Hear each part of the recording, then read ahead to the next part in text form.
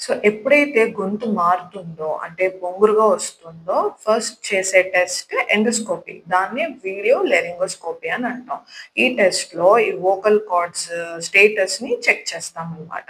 So, ఈ vocal cords మీద రాపిడి వల్ల ఫస్ట్ వాప్ అనేది వస్తుంది. ఇదే ఎర్లీ స్టేజ్.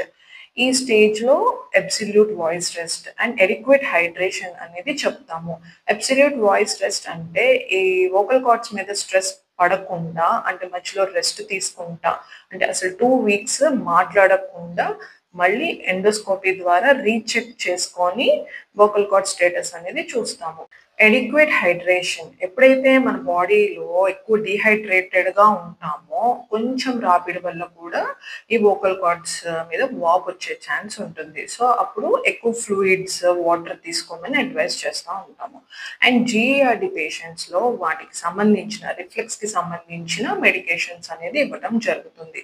ఈ వాపు నుంచి కణితగా మారే స్టేజ్‌నే అడ్వాన్స్ స్టేజ్ అని అంటాము. ఈ స్టేజ్‌లో దేర్ ఇస్ నో ఆప్షన్.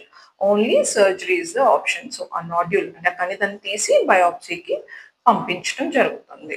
ఇప్పుడు గట్టిగా మాట్లాడి అరిచే వాళ్ళందరిలోనూ వస్తుందా అంటే కాదు. ఎప్పుడైతే ఈ గట్టిగా అరిచినప్పుడు గానీ, మాట్లాడినప్పుడు కానీ, స్ట్రెస్ అంటే రాపిడి వోకల్ కార్డ్స్ మీద అవుతుందో, దానికి హీల్ అయ్యే టైం ఇవ్వకుండా కంటిన్యూయస్‌గా వాయిస్ అబ్యూస్ చేస్తా ఉన్నప్పుడు ఈ వోకల్ నాడ్యూల్స్ అనేది వచ్చే ఛాన్స్ ఉంటుంది. సో, పార్ట్ 1లో వాయిస్ అబ్యూస్ ఎవరిలో చూస్తామో చెప్పాను కదా! సో, వీళ్ళల్లో రిపీటెడ్‌గా ఈ స్ట్రెస్ రాపిడి అనేది వోకల్ కార్డ్స్ మీద అవుతుంది. అంటే వాళ్ళకి వాయిస్ అబ్యూస్ అనేది రిపీటెడ్‌గా జరుగుతుంది కాబట్టి they are more prone to develop this condition. Vocal nodules వీళ్ళల్లో ఎక్కువ వచ్చే ఛాన్స్ ఉంటుంది.